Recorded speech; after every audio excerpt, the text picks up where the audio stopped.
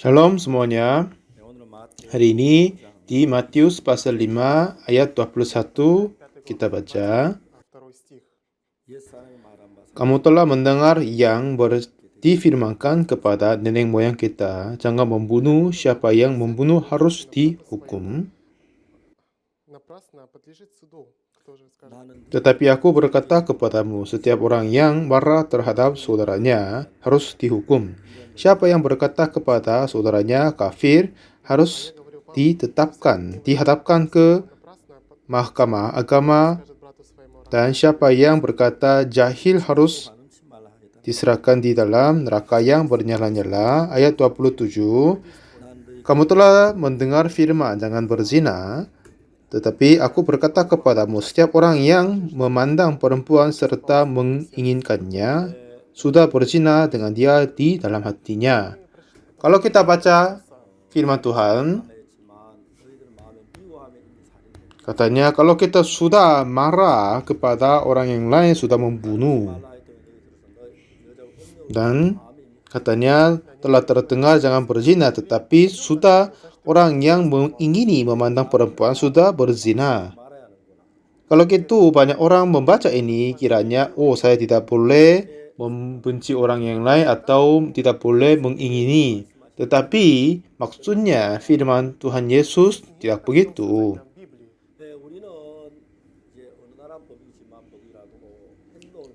Undang-undang atau hukum Taurat apa saja menghukum sesuai dengan perbuatannya, tidak akan menghakimi apa yang mereka berfikir, ya kan? Memang itu bisa diperhitungkan, tetapi orang tidak tahu apa hati pikiran apa yang orang yang lain mempunyainya. Jadi walaupun kita mempunyai pikiran yang jahat dan kotor, tetapi kalau kita hidup kelihatannya baik dengan fisiknya, orang ini dianggap baik dari yang lain. Tetapi walaupun dia berbuat baik kelihatannya, tetapi kejahatan berada di dalam hatinya, Tuhan memandang seseorang itu adalah orang yang jahat dan berdosa. Misalnya, di dalam kitab suci ada orang bernama Kain. Pada saat dia mempersembahkan korban kepada Tuhan dengan hasil dari tanah, buah-buahan dan gandum yang dia hasilkan yang terbaik, mempersembahkan kepada Tuhan. Kelihatannya dia adalah orang yang setia, orang yang terbaik, kan? Tetapi sebentar lagi dia membunuh adiknya Habel. Memang katanya membunuh sederhana, tetapi untuk membunuh seseorang harus ada penuh dengan pembencian dan yang kejahatan penuh dalam hatinya juga, kan? Pada saat Kain mempersembahkan kepada Tuhan, waktu itu kelihatannya di dalam hatinya tidak sama sekali ada pembencian. Kelihatannya setia dan jujur bagi Tuhan. Dan juga kalau seseorang mempunyai hati yang pembencian tetapi tidak menyatakan dengan perbuatannya, orang ini tidak dianggap orang jahat dari yang lain, kan? Tetapi apa artinya firman Tuhan Yesus adalah memang ada banyak yang tidak membunuh orang, ada banyak yang tidak berzina, tetapi seseorang yang sudah membenci saudaranya, ia sama dengan pembunuhan. Karena pembunuhan ini berasal dari pembencian. Dan perzinahan ini, keinginan akhirnya menjadi perzinahan. Saya masih belum pernah berzina, tetapi kalau sudah mempunyai hati keinginan, mengingini kepada memandang perempuan itu, keinginan ini memulai akan bertumbuh, akhirnya menjadi perzinahan. Jadi ini sesuatu yang kita tidak bisa melihat. Jadi tidak bisa berkata seseorang mempunyai hati keinginan sama dengan perzinahan. Tetapi Tuhan adalah yang sudah bisa melihat hati kita yang mempunyai keinginan. Dan kalau keinginan hawa nafsu ini bertumbuh ini adalah berjalan untuk perzinahan. Seperti buah-buahan awalnya baru berbuah, akhirnya menjadi matang kan? Akan datang waktunya buahnya akan matang penuh. Seperti begitu hati yang keinginan hawa nafsu menjadi matang jadi perzinahan. Pembencian matang menjadi pembunuhan. Hati-hati yang mengingini sesuatu bertumbuh dan matang menjadi pencurian. Jadi hukum Taurat ini menyatakan tentang apa yang berbuat dengan tubuhnya. Jadi undang-undang dan semua hukum dari seluruh negara menghakimi sesuai dengan perbuatannya, bukan pikiran kita kan? Jadi kemungkinan kita boleh berkata aku tidak punya dosa karena tidak berbuat dosa dengan tubuh kita. Tetapi maksudnya Yesus adalah, ya aku ini masih oke. Tetapi artinya Tuhan, kamu tidak. Artinya kamu masih belum kudus. Di antara kita manusia, ada beberapa dianggap jujur, baik, dipuji, begitu. Tetapi kalau kita juga mempunyai hati dan mata Tuhan yang seperti Tuhan memandang kita manusia, pasti kita akan menemukan banyak dosa dan kejahatan kepada kita semua.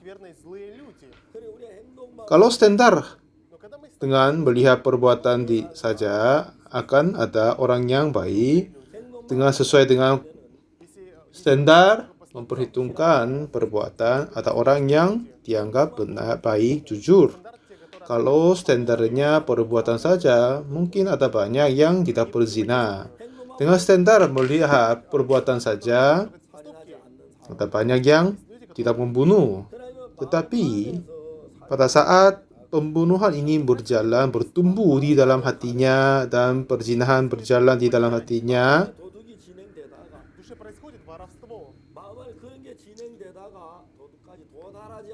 tetapi masih belum sampai untuk perbuatan tubuhnya, jadi tidak berbuat dosa, kejahatan, perzinahan, pembunuhan. Tetapi sebenarnya pada saat kita berada di depan Tuhan, kita adalah orang-orang yang sudah berzina, membunuh, dan mencuri. Jadi kita berkata, kamu telah mendengar yang difirmankan kepada nenek moyang kita, jangan membunuh. Siapa yang membunuh harus dihukum. Tetapi aku berkata kepadamu, setiap orang yang marah terhadap saudaranya harus dihukum. Siapa yang berkata kepadanya saudaranya kafir harus dihadapkan ke mahkamah agama. Dan siapakah yang berkata jahil harus diserahkan ke dalam neraka yang menyala-nyala. Jadi artinya apa? Ini adalah orang yang sudah berbuat dosa. Jadi, seperti yang Tuhan berkata di dalam firman Tuhan, bukan sesuai dengan standar yang kita memandang, dan sesuai dengan firman Tuhan Yesus. Tidak sama sekali ada yang dapat dibenarkan oleh perbuatannya dan hatinya. Dulu saya kurang tahu tentang dosaku. Sejak kecil saya ikut gereja, dan saya anggap sendiri kalau saya berusaha, mungkin saya berhasil tidak mengabaikan hukum Taurat. Kalau saya berusaha, saya kira saya akan tidak berbohong, berzina, dan membunuh. Ya, memang saya tidak membunuh orang dan berzina, tetapi di dalam hati saya ada banyak hati-hati keinginan, pembencian muncul di dalam hatiku. Hatiku penuh dengan dosa dan kejahatan, pembencian, keinginan hawa nafsu banyak sekali. Jadi dengan kelihatan dan perbuatanku memang dianggap baik dengan standarnya manusiawi. Tetapi kalau saya melihat hatiku, dan hatiku ini tidak hanya saya melihat, tapi Tuhan pun melihat hatiku saja, hatiku juga kan. Jadi hatiku ini adalah sangat jahat, sangat licik. Itulah yang saya dapat merasa dan mengetahuinya. Jadi saudara, kalau kita melihat perbuatan saja, aku lebih baik dari yang lain, aku lebih jujur dari yang lain, aku lebih bersih dari yang lain, mungkin boleh berkata begitu. Karena saya menganggap baik dari yang lain, jadi tanpa Yesus Kristus, mungkin saya berusaha akan berhasil, kiranya begitu, salah paham begitu. Sampai sekarang banyak sekali orang mengikutinya gereja, tetapi mereka tidak memperoleh Tuhan Yesus, tetapi berusaha dirinya sendiri melakukan baik, melakukan hukum Taurat untuk dibenarkan. Itu tidak hanya terjadi zamannya Yesus Kristus, tetapi terjadi di zaman ini juga. Akhirnya Tuhan Yesus ingin mengajar kepada mereka adalah mereka bukan orang-orang yang benar. Kamu masih belum pernah berzina, masih belum pernah membunuh, masih belum pernah mencuri, tetapi hatimu telah berzina, dan hatimu telah membunuh, hatimu telah mencuri. Jadi kamu tidak berbeda dari pembunuh. Kamu sudah tidak berbeda dari pembuat perzinahan. Ya kan? Tidak sama sekali ada perbedaan. Dan inilah firman Tuhan Yesus kepada kita semua. Kalau kita berpikir ulang, kita adalah seseorang yang jahat dari awalnya. Jadi apakah hasilkan buah ara dari semak turi, anggur dari rumput turi? Katanya Tuhan kan? Jadi katanya apa? Semak turi adalah tetap semak turi. Tidak sama sekali dapat menghasilkan anggur daripadanya. Semak turi pun tidak sama sekali bisa menghasilkan buah ara. Seperti begitu, kita adalah pohon yang tidak baik, artinya pohon yang berdosa seharusnya mengeluarkan dosa, kejahatan, pembencian. Bagaimanapun kita berusaha dengan hati ini, tidak sama sekali bisa membenarkan diri dengan pengusahaan dirinya sendiri. Jadi kenapa Tuhan Yesus berkata hal ini kepada kita adalah, ya kalau kamu berusaha sedikit dan menganggap dirimu sendiri adalah baik, tetapi kamu masih jahat. Kamu memang menganggap diri jujur, tetapi dalam pandanganmu kamu adalah pembunuh.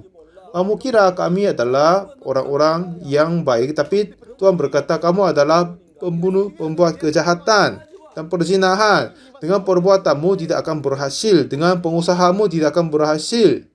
Jadi pada saat Tuhan melihat kita begitu, jadi aku berkata kepadamu, dengan caramu itu tidak akan berhasil. Dengan perbuatanmu melakukan hukum Taurat, berusaha hidup baik, itu tidak akan berhasil.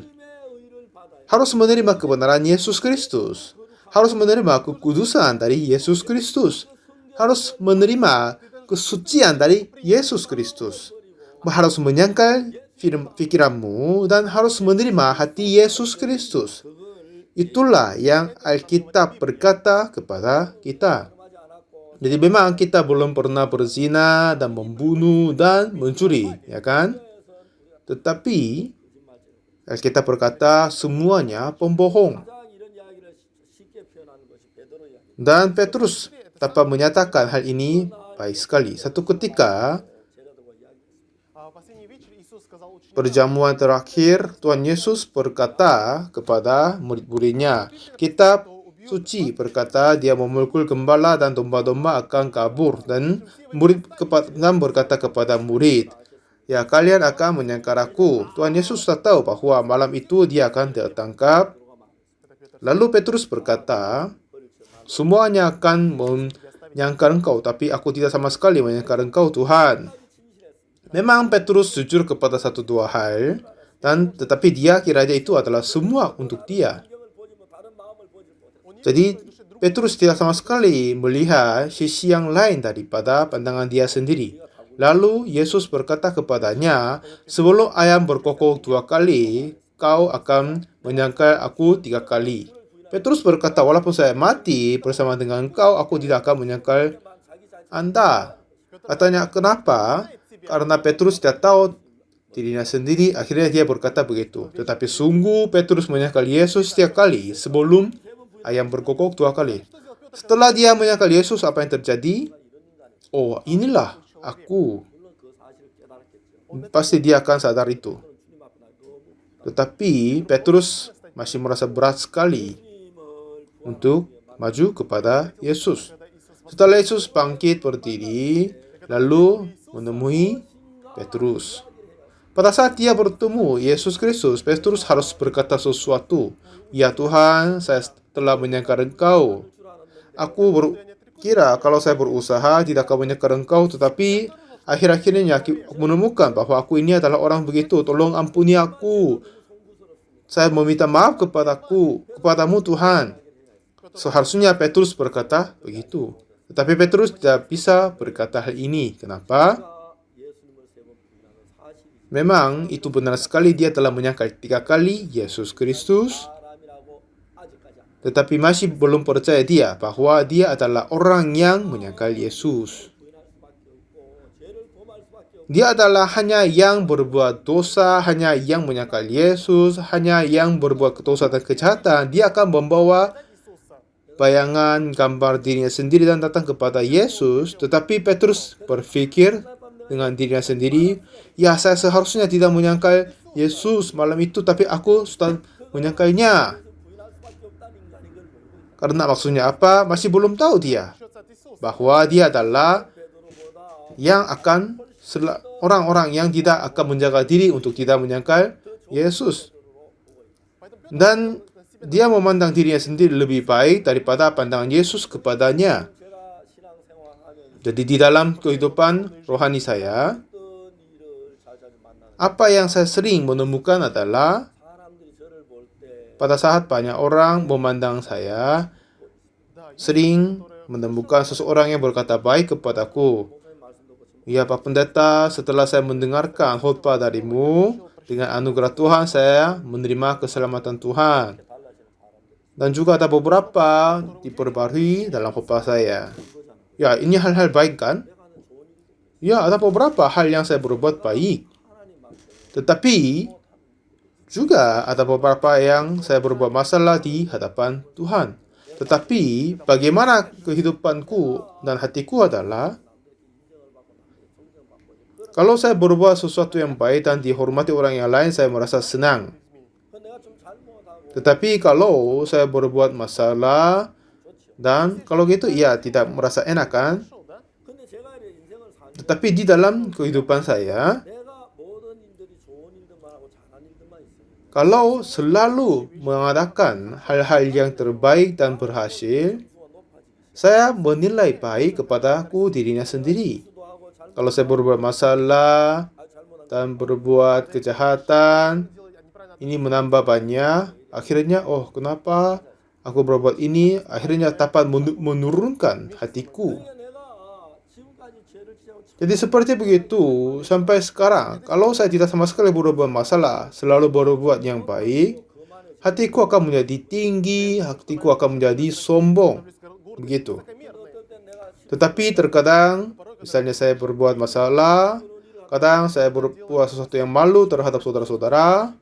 Kalau saya dianiayai oleh yang lain, kalau gitu, hatiku menjadi sopan, akhirnya menantikan Tuhan.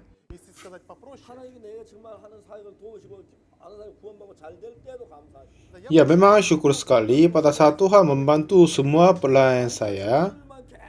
Dan kalau selalu ada hal-hal yang baik terjadi, tidak sama sekali berbuat dosa dan permasalahan, tetap berbuat sesuatu yang baik. Akhirnya saya berpikir apa? Aku orang yang selalu berhasil. Kenapa orang itu tidak baik kerjanya? Kenapa pola misi begitunya? Hatiku menjadi sombong. Kalau hatinya menjadi sombong, apa yang terjadi kepadanya? Kalau dia menemukan sesuatu pekerjaan dan tugas, kalau dia menganggap tidak adalah orang-orang yang baik dan bagus kerjanya, dia berusaha melakukan untuk dirinya sendiri. Apa yang Tuhan berkata kepada Musa adalah, aku mengirim engkau kepada Firaun dan mengeluarkan umatku dari Mesir. Waktu itu Musa terasa kaget sekali. Siapakah aku? Jadi saya dapat pergi ke Firaun dan saya bisa mengeluarkan orang Ibrani dari Mesir. Aku bukan orang yang berbicara baik, aku bukan apa-apa. Karena Musa adalah bukan orang yang melakukan hal yang baik. Jadi pada saat dia mengeluarkan orang Israel dari Mesir, dia sendiri tidak bisa berhasil, jadi dia selalu mengandalkan kepada Tuhan. Tetapi seseorang yang menganggap diri berbuat sesuatu baik, mereka tidak mengandalkan kepada Tuhan, tetapi mereka sendiri berbuat sesuatu. Mereka tidak tahu apa yang mereka harus melakukan atau tidak, tapi melakukan sesuatu dengan dirinya sendiri akhirnya mengakibatkan banyak permasalahan. Jadi di dalam kitab suci, bagaimana iman kita terhadap Tuhan akan berbentuk adalah seseorang yang penuh dengan kekurangan dan permasalahan. Itulah saatnya iman kepada Tuhan akan berbentuk di dalam hati kita. Kalau kita berhasil semua segalanya, kita tidak lagi percaya Tuhan, tapi kita sendiri berbuat sesuatu. Kalau misalnya ada 10 pelayan misi, dan kalau beberapa yang berhasil dalam pelayanan misi 1-2 tahun ini, dan mereka semua menganggap diri aku ini adalah orang-orang yang kerjanya baik dan membandingkan yang lain dan menganggap diri akan menjadi baik. Jadi pada saat mereka menemukan sesuatu, Tuhan apa yang saya harus melakukan, aku tidak tahu bagaimana caranya. Jadi hati untuk mengandalkan kepada Tuhan, meminta anugerah oleh Tuhan itu sudah tidak ada lagi. Jadi mereka hanya usaha melakukan kerjanya. Jadi ini apa yang Tuhan Yesus berkata setelah Petrus menyangkal 3 kali kepada Yesus Kristus. Lalu apa yang Petrus menemukan adalah dia sendiri menyangkal Yesus. Tetapi apa yang dia tidak menemukan adalah dia adalah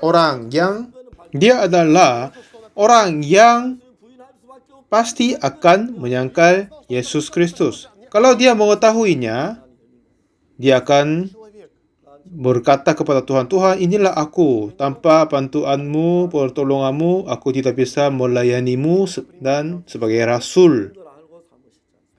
Engkau sudah tahu hatiku, kehidupanku, kan? Engkaulah yang harus bekerja. Inilah harus dia berkata. Tetapi kiranya Petrus adalah dia bukan orang yang menyangkal Tuhan. Jadi dia berbuat masalah kali ini saja. Jadi dia meminta maaf kepada Yesus saja.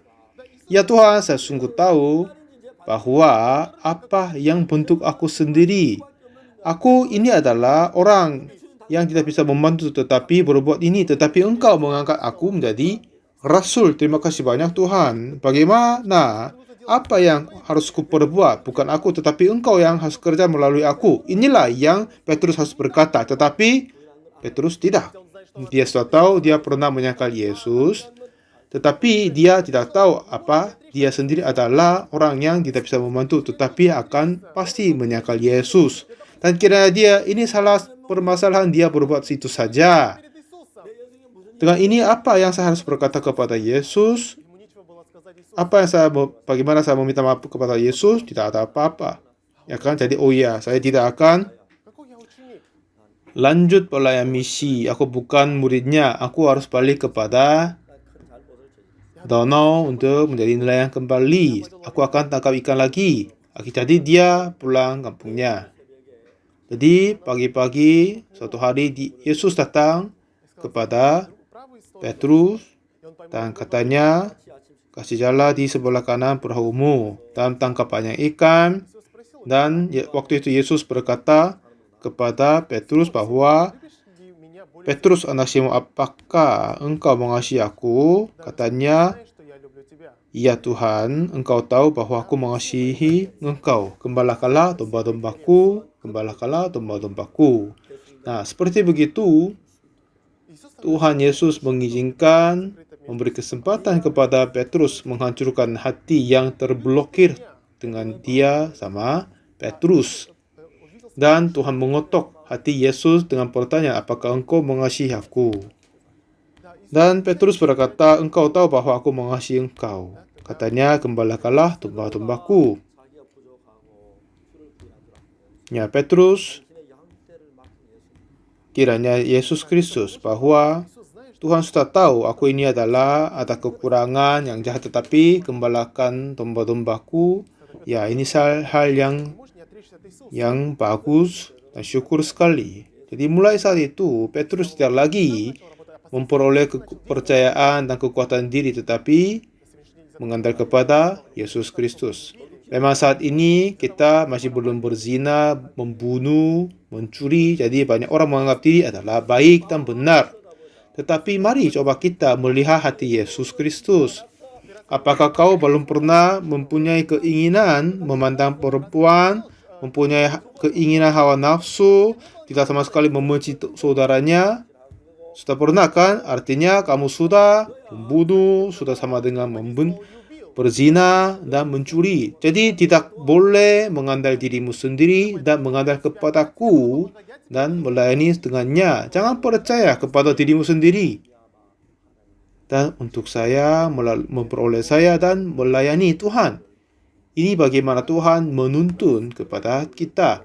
Dengan cara ini Tuhan memberkati kita. Jadi Tuhan mengasihi kita dan tetap memimpin kita dengan jalan ini. Sampai sekarang banyak orang di bumi ini kurang paham tentang kehendak Tuhan. Jadi kalau mereka berbuat sesuatu yang baik, mereka menganggap diri benar dan kudus. Dan hanya melihat sesuatu sisi yang baik dirinya sendiri, dan masih belum tahu sisi yang gelap di dalam hati dunia mereka dirinya sendiri. Kalau kita sungguh bebas daripada dosa dan kejahatan dan pikiran diri sendiri, dan kita dapat maju dengan kepercayaan kepada Tuhan Yesus Kristus saja. Dan pelayanan ini tidak akan dilaksanakan oleh perbuatan diri sendiri, tetapi pelayanan Tuhan harus diperoleh kuasa Tuhan. Jadi kita menjadi hamba Tuhan yang pakai kuasa Tuhan, firman Tuhan, dengan itu melayani Tuhan. Inilah hamba Tuhan.